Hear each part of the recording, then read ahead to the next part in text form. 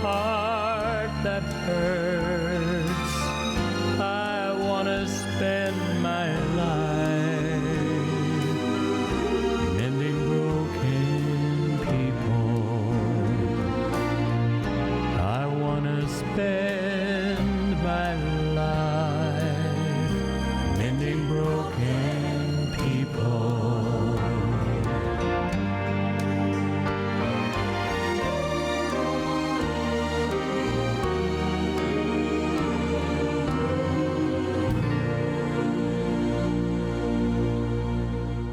Hello and welcome to 3ABN Today. My name is C.A. Murray, and allow me once again to thank you for sharing just a little of your no doubt busy day with us. To thank you for your love, your prayers, your support of Three Angels Broadcasting Network these 30 plus years, as together we seek to lift up the name of Jesus, to encourage one another in the faith and warn the world that Christ is coming very, very soon. Very excited today because of my guests and the ministry that we're going to talk about. So I want you to kind of draw close because this is a heartwarming ministry. This is a ministry that goes around the world and is expanding and growing.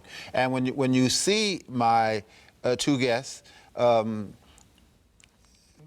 I was told that the ministry is about 13, 14 years old. So I had to recalculate because they both look so young. They don't look much older than 13 or 14, but they are. And so we had a little fun with that. But the ministry is called Crystallis.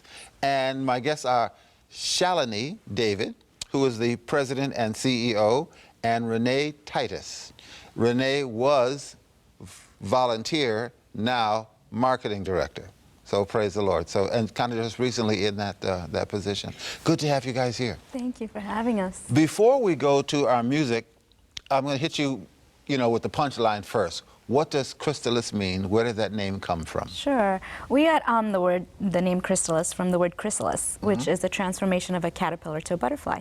So we just redid the letters to put the word Christ in there to signify a transformation through Christ. We hope that every life we touch, we show them the love of Christ. Praise the Lord. Praise the Lord. Did that come out of your little head, or did it a was group of people? A group, our board members, our first set of board members. We took so much time agonizing over what we wanted the name to be, and one of our board members, Violet Pullidindy, actually came up with it. Praise the Lord. Praise the Lord. Now, as I hinted in a tease, the ministry is about 13, 14 years old. We're starting our 13th year this year. All right. Yes. Praise the Lord. Yeah. Yes. Praise the Lord. All because of God. You must have started very young. Yes. Yes. Where are you from? Where were you born? I was born in India. Came here when I was 7. Okay, very early. Yeah. Christian family?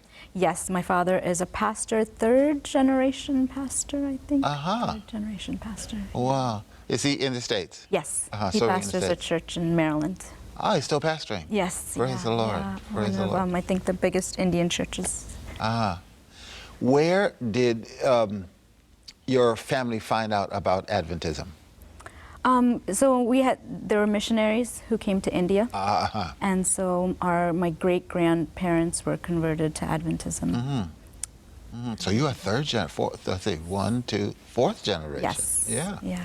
Praise the Lord. Yeah. Yeah. Renee, where are you from? I'm originally from Washington State. Washington State. Adventist home? Yes. Adventist home. Do you have brothers and sisters? I have one younger brother. He just started college this year. Oh, okay. Okay. Very, very good. Brothers and sisters? Yeah, a younger sister. A younger sister? Yeah. So 2 in the family. Yes. Praise the Lord. How did you guys meet? She was our first student. Yeah. That's how we met. I don't remember. Oh, she was actually in Uganda when my friend and I first got there as student missionaries.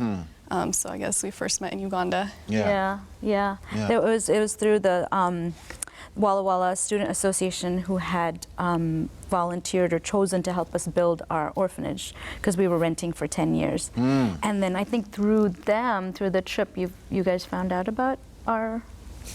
Yeah, so my friend and I had been looking. We knew that we wanted to go as a student missionary the following year, and we had been looking at a lot of different places, some orphanages in Tanzania, and they had just all kind of fallen through, and we didn't really know where we were going to go.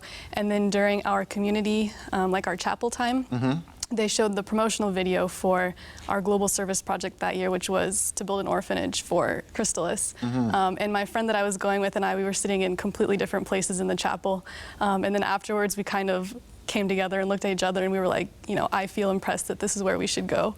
So we both just had that impression during that video, and it just all worked out that we got to go there. So we're very, very Now, the focus of your ministry at current time is Uganda. Yes. Yeah. Why Uganda? How Uganda? Oh, I don't, God, it's definitely God. I mean, I never knew much about Uganda. It just kind of happened.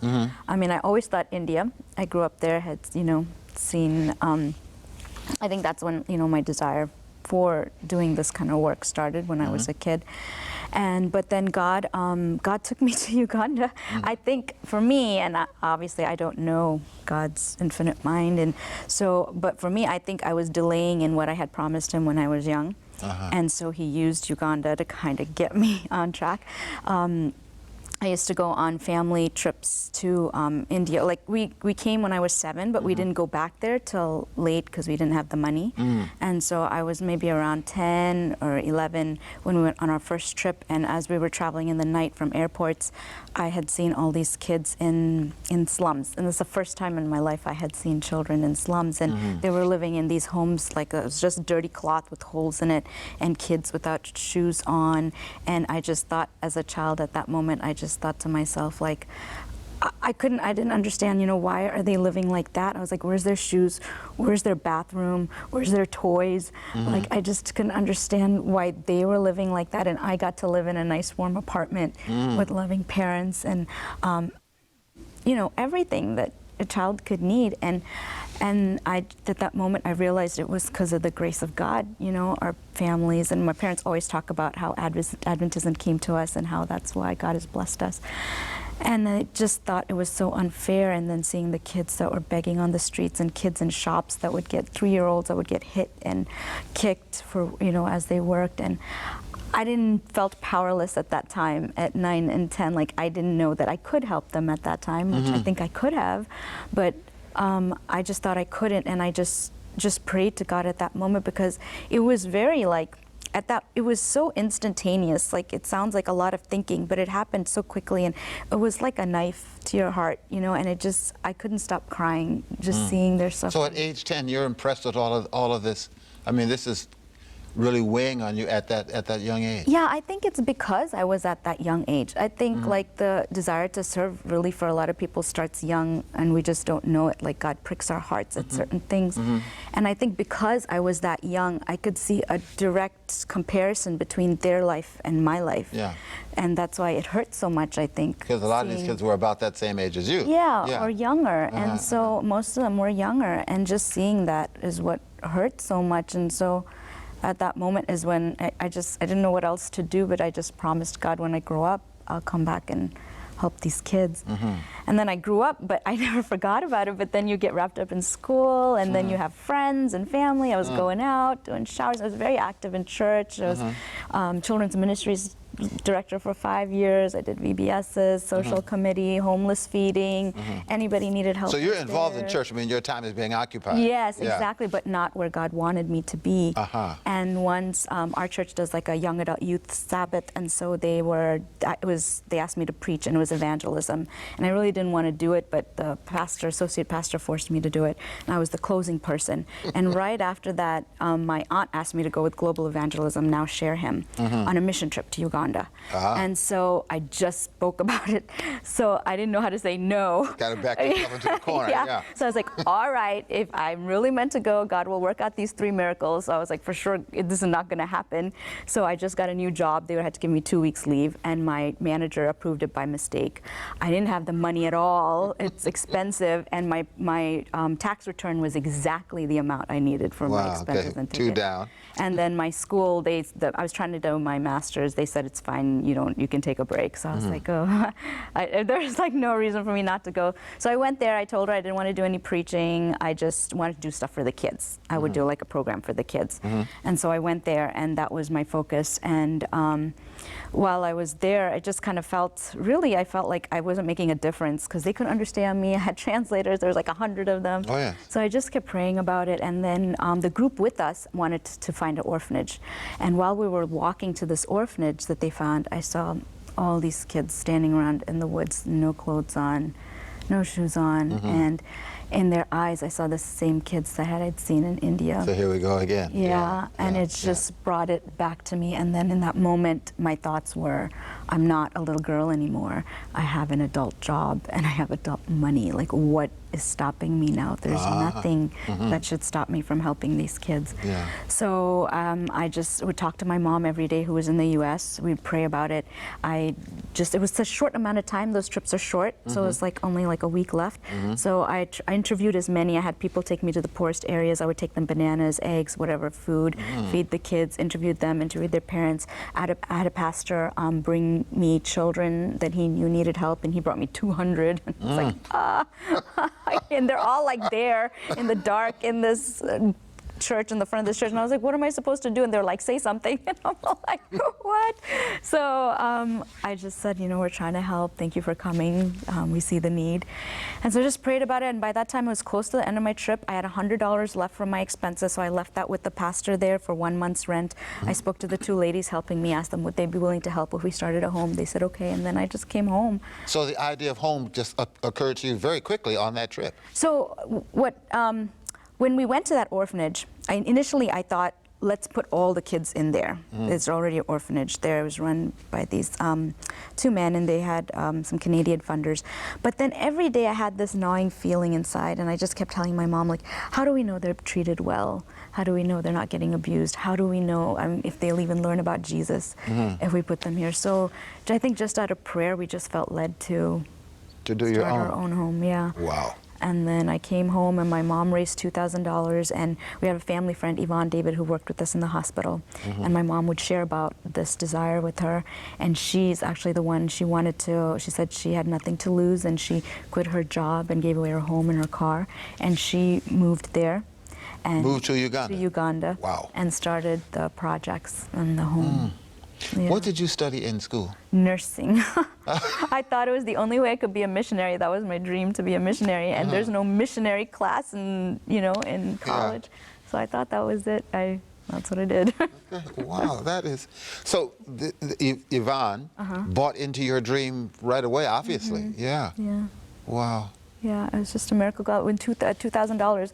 If I asked my board now to start something with $2,000, they'd shut me down, but... I mean, see, a lot of times you don't know you can't do something, so you just do it. Yeah. And people tell you, you can't do that. Well, I already did it, so I know it can be done because God has given me. And then, of course, when God guides, He provides. Yeah. If God puts that burden on you, He's going to make a way to discharge that responsibility. So He's put something in your heart, and it percolated all those years, so now it gets a chance to go to fruition. So Yvonne is a relative or just a close friend? She has the same last name, but we're not really related. It's family friends. So my mom and her grew up together. They were friends. Yeah. And your mom bought into it, so she's raising money, and Yvonne really bought into it and moved over. Now, when did you come aboard, Renee? You actually do get to talk.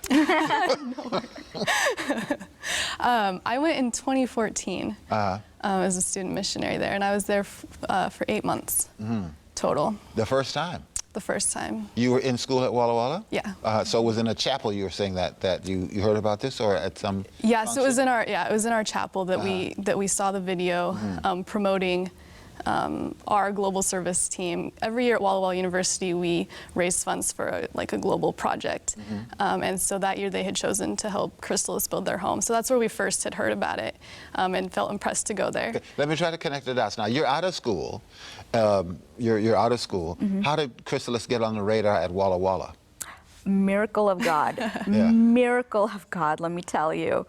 Because we've been Yvonne had wanted to build a home, and because my father built the church that we're in, and I just know what goes into building. And I was like, oh my gosh, I can't do this. I'm not capable of doing this. So I would just pray to God, God, send me a big home that's already built. I'm sure it's there. Just send us that. We can just purchase it. That was my constant prayer. And Yvonne wanted to build, and she had that vision. It was good. And I was like, impossible. And then And then one day, I was doing the spring fair at our church. I was in charge of the spring fair. I got a call on my phone. It was my best friend's family who once, years ago, they put together their Christmas money to donate to the kids. Years ago. He called me and he said his niece is on the committee at Walla Walla Student Association, and they're evaluating orphanages to help build a home. That they had another one in Peru that didn't work out or something like that, and they wanted to know more about ours. So I was like, yes, I told him everything. He was like, okay, my niece might call you. She called me the same day. They're like tearing down all the stuff, and I'm inside like the Sabbath school room talking to them, and I told her everything, and literally within 2 weeks they chose to help us build a home. God. Out of nowhere. God is so amazing. God is so amazing. Yeah. Either you're a better salesperson than you think, or you're a better salesperson than you think. Because first of all, you're full of your subject, but I'm also seeing that the Lord is guiding you to the right places, to the right people at the right time, and then your own sort of infectious nature just kind of takes over. You're a really good salesman. Oh my goodness, I cannot take that compliment. I am not good at it. It was the worst thing I had to do. You cannot say that about me. I hate asking people for money. I just can't. Yeah, I'm not good at asking people for money either, but I will do it for Jesus, and you do it well. You are better at it than you can. Okay. And when God gives you a burden, He also gives you a way to exercise that burden. So you've got a natural, sort of infectious way about going through life, and the smile and the whole deal that God has given you. So you don't have to beg, just be you, and the money comes. You know, I think God brings the money. Because He gave you that burden so young. You've had it all your life. So it's part of who you are. It's part of your kind of DNA. So we praise the Lord for that. Having said that, I want to go to Renee again, because when we left you, you were at worship and you're getting impressed with this thing. You've gone from student missionary, now you're a full-time employee. So walk me through what happened during that 8-month time that you're in Uganda that made you want to do this kind of as a vocation. You went from volunteer to employee. So something happened during that time that you were there that touched your heart. Yes, of course, the kids there, I mean, they're just incredible kids, and you just fall in love with them so easily, and you see how far they've come and how much further they have to go in their education, and you just want to continue helping them achieve that. And one of the things I love about Crystallis so much is that the kids continue all the way through university. So you see them, come in, they're in primary school, and you get to watch them graduate with a diploma and get a job. And we actually were able to go to the graduation of the first child in the home that graduated from university. We were able to take all the kids and go to his graduation, and that was just an amazing thing, just to see that accomplishment. It's always so great to watch someone succeed, and just knowing where he came from and just being able to be a part of that is just amazing. So I don't think I ever imagined I would work for them full time when I was, it was 3 years ago. But I just kept volunteering with them after I left Uganda, and it just worked out, and I'm so thankful it did, because I love them. And so, yeah, and I keep forgetting, the ministry has been around long enough for you to see a generation go through to graduation. I keep looking at you, and I have to push your ages up, and I will not ask you how old you are, but I keep having to push it up because you look so young. But you've been in existence long enough to see a group of children come into the system and then move through the system and then go out of the system, which is a wonderful thing. And we're going to look at some of the kids in just a little bit.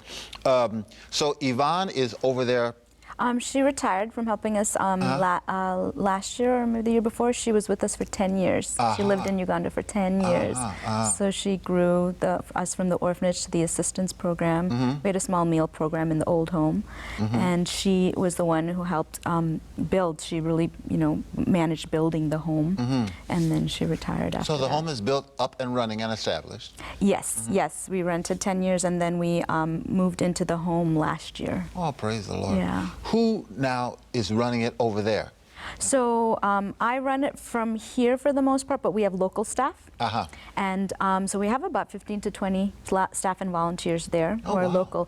And one of the biggest blessings for us this year, as Renee said, so our daughter graduated with business administration and accounting in November. And she is now the manager of our home, which is one of our dreams, that eventually our children will grow up to take over our organization over there. Now you say our daughter. So she was in our home. She was one of the children that. Oh, okay, okay. Because I was now I was getting afraid. I said, if you got a daughter coming out of college, I really got to change what I'm thinking. I will never have a daughter coming out of college. Or will not be that old ever.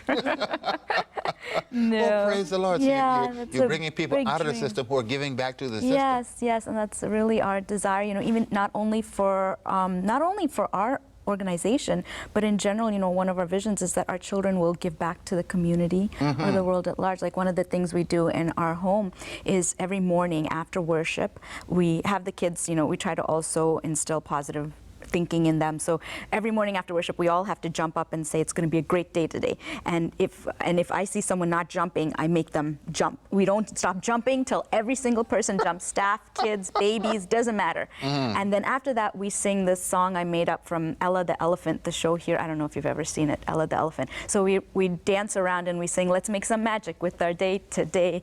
Woo, woo. And then so the kids sing that, and magic is something good you do for somebody. So throughout the day, they have to find some opportunity to do good, and then in the evening when we have worship, after worship, they share the different ways that they did magic that day. Nice. And we're trying harder now to incorporate, get them to do stuff for other kids, and they too, when they see kids that don't eat or not in school, they'll let us know. So I hope to really instill that desire to serve as they grow up. So it seems as though the home is unabashedly, unashamedly Adventist, and those values are sort of woven into everything you do with the kids. Yes. Yeah. I mean, we don't convert anybody. Government, you know, won't allow anything like that. We have children from all different religions that come into our home. But if they're in our home, it's an Adventist home. We have morning, evening worship. They go to church. So the exposure is there. Yes, and we've had a little over 15 baptisms of our children, just their own free will, and nothing forced upon them. The guardians are allowed, like if there's guardians or extended members, to come take their kids to their own churches. But no one does, and our kids, you know, like even like our children, we had brought children from, in the past year or so, we've been able to take 12 children off the street. Oh, wow. And one of the most happiest things for me is when I saw one of them, like just sitting there looking through the Bible. We have like a comic Bible, just on their own, the other kids are playing, and he's reading the Bible. And, you know, and they love to hear the Bible stories, and they want to hear more, and it's just nice to see. So, Shalini, do you split your time between the States and Uganda? Are you back and forth a lot? Yes, yeah, I'm back and forth a lot. I go about 3 to 4 times a year is what I try to do, about a month at a time, and sometimes 2 to 3 weeks. It all is based on the schedule from here and there. And we're actually looking for a country director to volunteer, a missionary over there, and even other people too. Like we're looking for a nurse, counselor, teacher, HR specialist, accountant, project manager. Really, anything that you're able to do, we need. So anyone, just as if they have the heart or the desire to serve or care for children, a caretaker too, we need you. How big is the home, and how many children are you serving right now? So we support 30 kids out of our home. We can go up to 40, but right now, because we don't have office space, we have caseworkers for the kids in the community and an accountant, social worker, our home manager, and we don't have a building for an office. So they use one of the rooms, the bedrooms we have for the boys. We're all kind of squashed in a little bedroom. So we have the capacity to take in 40 kids, but right now we support about 30 of them, and we have 4. Actually, this morning we got a baby of 1 month that they brought to us. Oh, wow. We have 4 babies in the home, and if God blesses, and you know, we can serve more in other homes. What ages do you work with? There's no minimum. We got one baby at 8 hours old. 8 hours old. Oh, wow. They brought her at 8 hours old. Her mom had passed away in childbirth. And our mission is that we keep them till they're self-sufficient, whether that's 20 or 25, whatever it is. You know, one of the things, like when I talked about the children I saw, and when I saw them, I wanted to take them to my home. And when I was a kid, I thought what I wanted to give them was the toys and the food. But really, that feeling I had was the support my parents gave me, the love, the affection, the support. And so that's what we want to give our kids. If we just take them to elementary or secondary school and then leave them, that doesn't leave them anything. How do they support themselves? And think of us as parents, you know, what our parents give us. Why do we see like a 50-year-old crying when their parent dies? Because it's beyond just you're what you can do. So even after they become self-sufficient, we want to emotionally be there for them and be their advisors and their family. We're their family. They're our children. Yeah. Now, your time must be very much occupied. You are a wife and mother, and you have a daughter. Yes. How old? Eva is 7 years old. 7 years old. So that's kind of active age. Oh, she's very active. How do you manage your day, and what kind of support do you get family-wise for the, because this is the kind of thing that can swallow you up emotionally and time-wise. Yes. You know, it can become your all in all. It is, and it's hard not to, because it's different from a regular job. A regular job, you go in and you do what's needed. But when you're serving God, it's your life. And there's no time clock. Right. And there's no anything. But yeah, like you said, you're totally right. I cannot do it by myself. Everything that I'm able to do is the support of my parents, who do a lot of babysitting and helping and praying and yelling and advising me. My husband, who's very patient with everything that I have to do. It's not the life that he would want for himself, you know, but he's very patient and sees, you know, what God is doing. And his support is I couldn't do it without him. Yeah. And then our board members, I'm, like you said, a nurse. I'm a bad salesman. I'm not good, but my board, the board that I have, is wonderful. The advice they give me, the support they give, the guidance they give, our volunteers. We wouldn't be here today. Like, even though the home started, right? The first 4 years, I wasn't giving it my all. And we had an advisor, Mr. John Stanley, Dr. John Stanley. He advised us to get volunteers. So in 2011, that's when we started getting volunteers. And because of the support of the volunteers, that's when we really started growing and being able to do more, because we had more manpower. Yeah. And then the miracle grant we got a year ago that helped us to pay for Renee, and then 2.5 salaries here. It's just miracles of God. Praise the Really, Lord. Praise everything the Lord. is God. Yeah, volunteers are very, very important to this ministry. So we know how volunteers can really put wings to your work, because you know, they can do the time. Are you able to practice nursing and still work and still do this and carry I all was those, juggle all doing those it things? up until February of last year. I was dying. So it was literally a miracle of God. You know, the grant we applied for was to help 200 children go to school. And the grantors, they want to stay anonymous. They came back with, can we give you 2.5 salaries? And they were doing it in a span of 5 years, in which we have to, you know, be able to support it ourselves. But I was literally dying. I can't even explain to you. I was dying. I was drowning. And God just brought that grant at the right time. So last year is when we started with it. I'm getting all my years mixed up right now, because we're just, last year. Praise the Lord. I was wondering, because it's this is work, and then your husband has to be without his wife for a month at a time, several times during the year, but it also means there's no time to work. When I say work, I mean to be a nurse. Yeah. So there's got to be some other way to support yourself, because you've got a child and you've got a family, the whole kind of thing. So God really did some miracle work and stuff, for which we praise the Lord. Even when we don't ask him, he provides what we need. Well, he knows your heart. Yeah. So Renee, as marketing, what is your job at this point in time now, as far as Crystallis is concerned?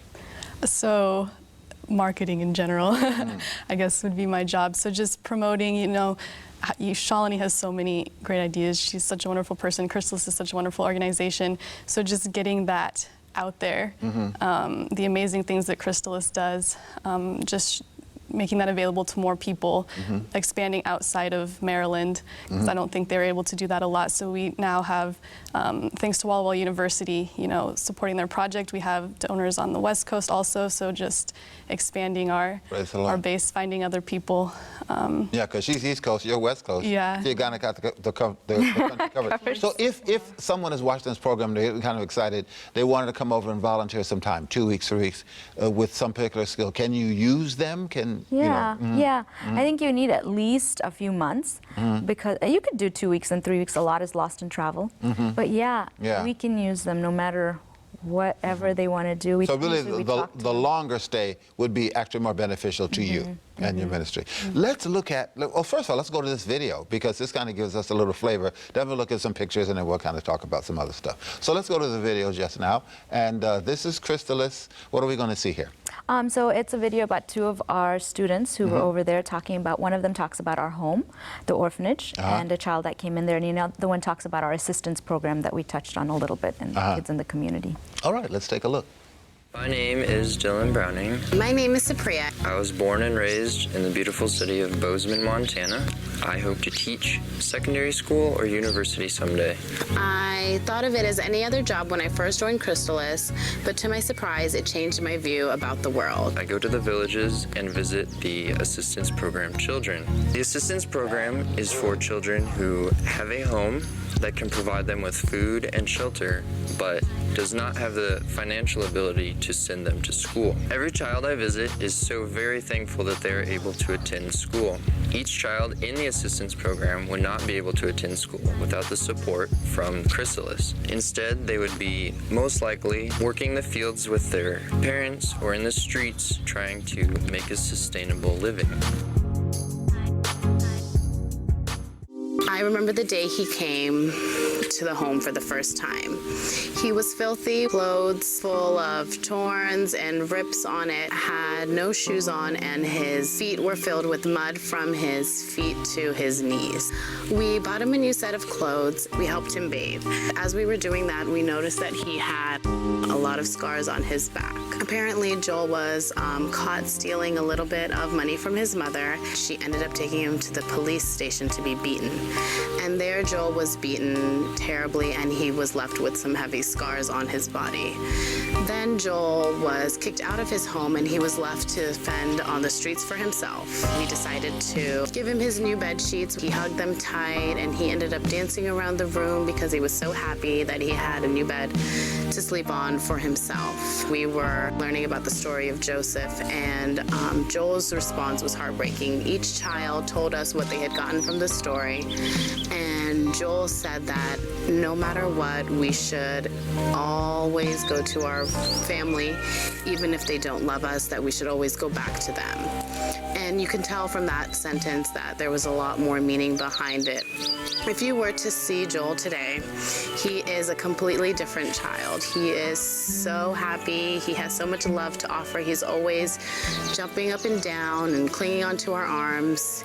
He is excited to learn. He keeps begging us to go to school, so we're just waiting for a sponsor for him. It's hard to know that there are so many other children out here in this same condition, and we hope that they can all be helped through Crystallis and through our dedicated donors. There are over 300 children waiting for a sponsor so that they can attend school. Crystallis does as much as they can, but we need sponsors in order to help them.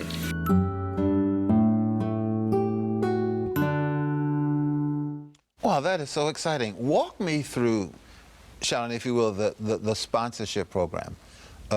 What that entails and what you're seeking to do. Sure. So like in our home, we still have about 10 children who need sponsorship. So a sponsor chooses a child that they want to support. It really takes about $120 per month, but that's not always easy for everybody. So sometimes we split it like 80, 60, 40.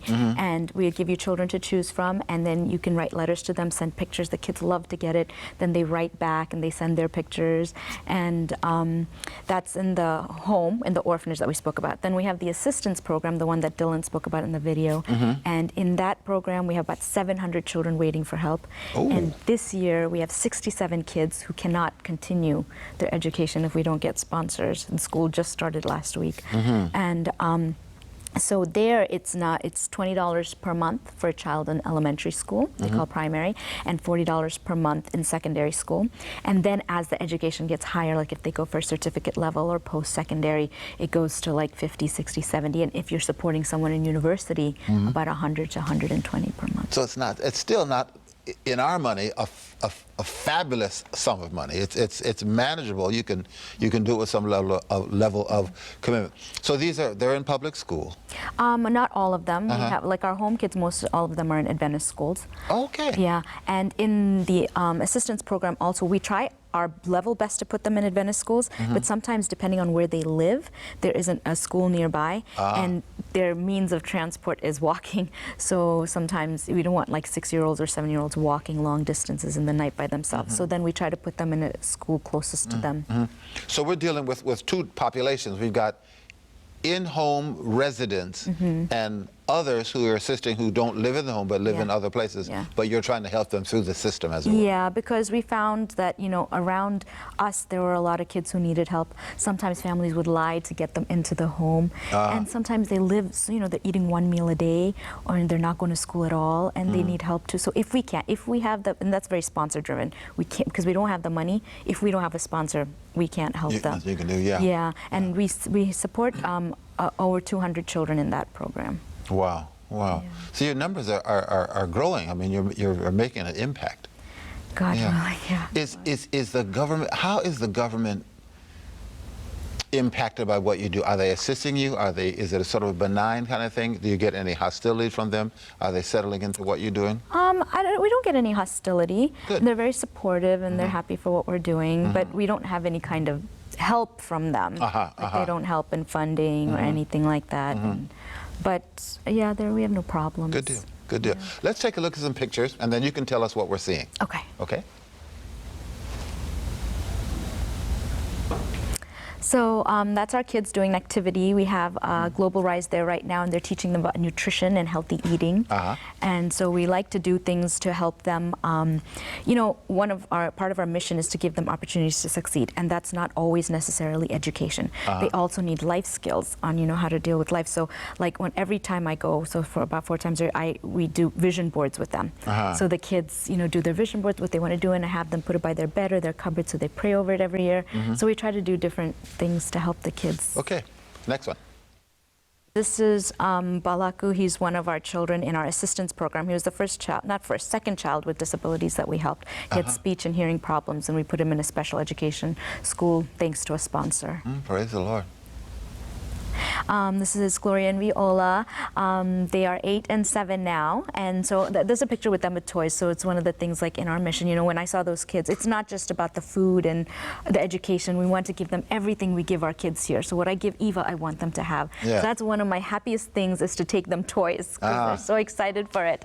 And these 2 little girls, actually, they were abandoned by their parents 2-3 years ago, and they were just left there. And so an old lady in the community took them in to care for them, and she was just getting old. She couldn't care for them. We found them in a really bad state. They're just so precious. I love them. Praise the Lord. Praise the Lord. And that's our kids eating. So that's one of the things when we first started, when Yvonne started, when she asked them, what is the thing you like most about the home? And they said 3 meals a day was what they liked the most. So that's just a picture of the food we give them. Praise the Lord. And that's our home that Walla Walla University helped us build. That's our home. And if you see, there's a shed to the left of it. That's just made out of board. We're hoping one day God will give us another miracle that we could build an office space and volunteer quarters there. And that's Renee and Heidi in the picture walking our kids to school when we lived in the old home. And that's a group picture. So in the middle, there's our daughter Nusra that I was talking to you about. So this was last November, and that's all our kids. So that's one of the things, you know, just like if Eva graduated, our whole family would go. So we took all her brothers and sisters there to see her graduation, and same with Manas. And Manas, and his story is actually really amazing. When he was a toddler, he walked from the Congo to Rwanda, and that's where his parents passed away in Rwanda. And his grandmother came and took all his siblings with her to Kasese, where we are, but she couldn't afford to take care of them, so she put them in different homes, and they worked to stay there. And he would go to school, but no one to pay his fees. And he was smart, so they would give him old school books. They took him off the roster, and when we came, they brought him to us. And so we were so blessed to have him. And right now, he was our first graduate in secondary education is what he did. And now he's doing, on a scholarship, a master's in South Korea. Wow. Yeah. Oh, praise the Lord. Yeah. Excellent. That's amazing. That's a picture of Renee and her kids. You look very happy there. I was very happy there. This is a picture of us giving mosquito nets and Bibles. So once when a little girl that's one of our donors, she donated solar lights, because one of the kids in our assistance program said that they don't have, almost all of them don't have electricity in the assistance program. So they said they had trouble studying at night. So we got these little solar lights that actually I saw when Heidi and Renee brought it for themselves.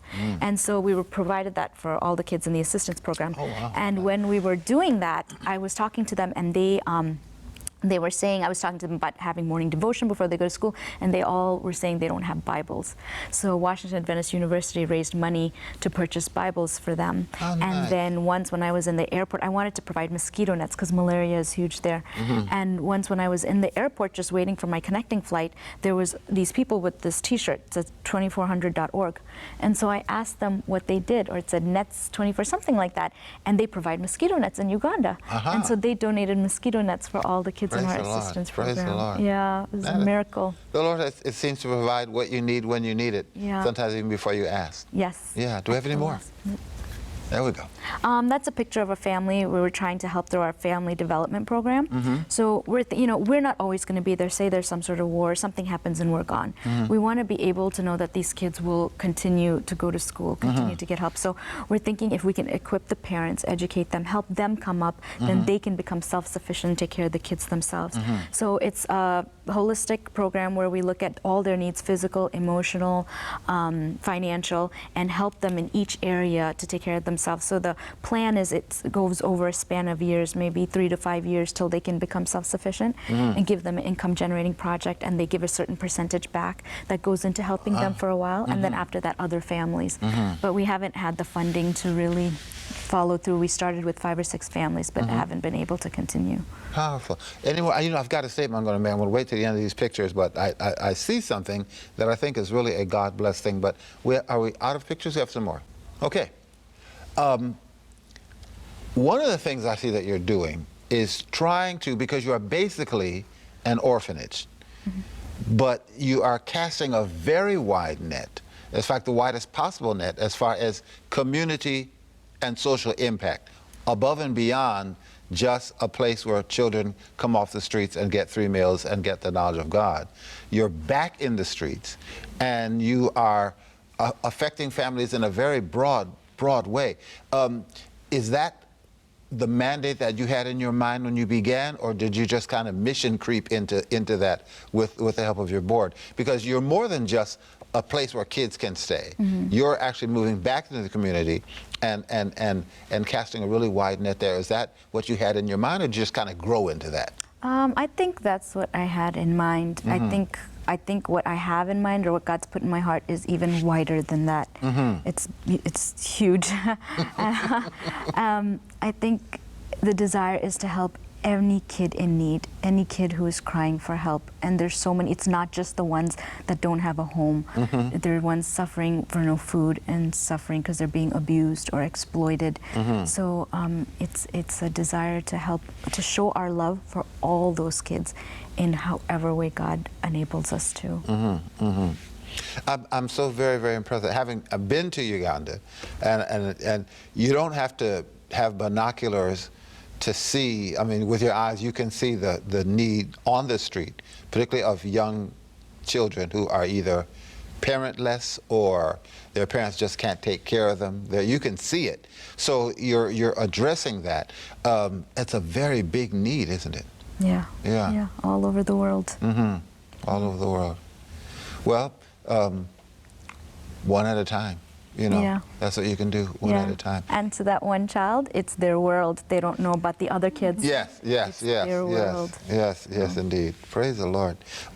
I noticed, and I was happy to see that the place where your house is, your home is not in the heart of the city. You're out a little ways. Yeah, we're about 15 minutes out, and we're up in the mountains. It's beautiful. When you come there, the next time you go there, you will see how beautiful it is. I mean, I think it's technically hills, but it looks like mountains to me.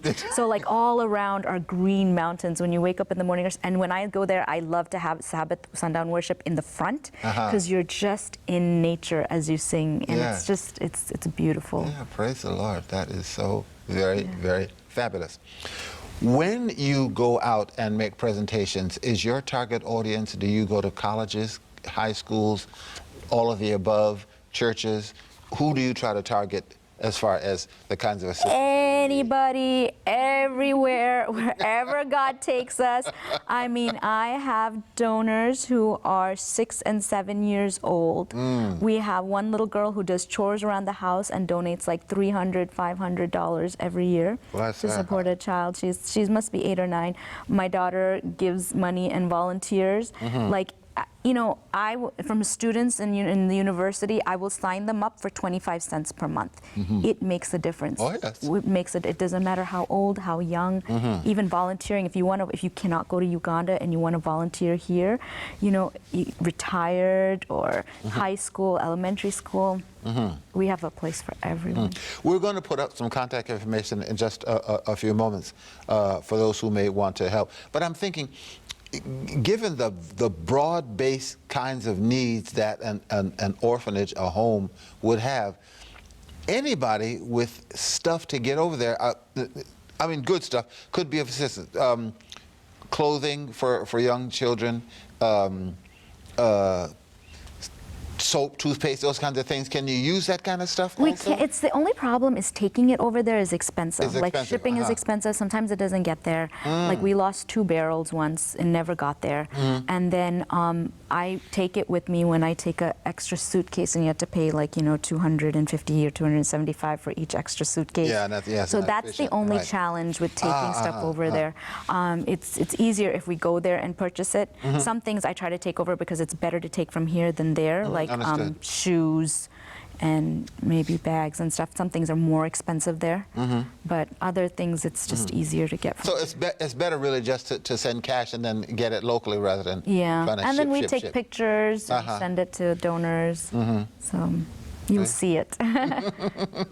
Praise the Lord. This is so very, very exciting. As you look back over the 14, 13 years that you've been in existence, walk me through what to you was the greatest miracle, the greatest sign that this was a God thing and that God was in it. Wow, there's a million signs. We'll give you your top 2. My top 2.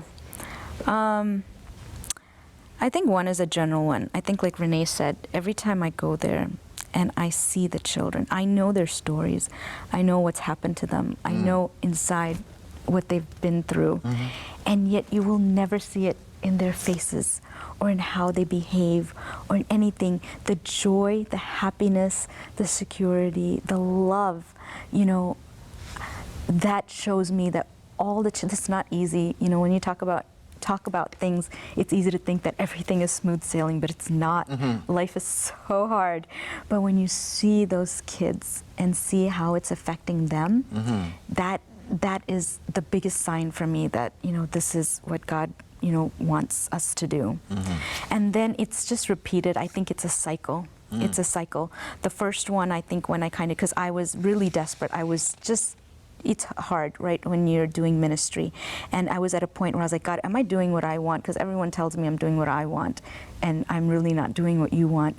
So I was just on my knees praying. I was like, God, if really I'm being selfish and I'm doing the wrong thing, I need you to show me a miracle if it's the right thing. And I just want a big donation, just a flat, big donation, because I've never received, like Yvonne would talk to people and she would get huge donations. But, you know, like I said, I'm not a good salesperson.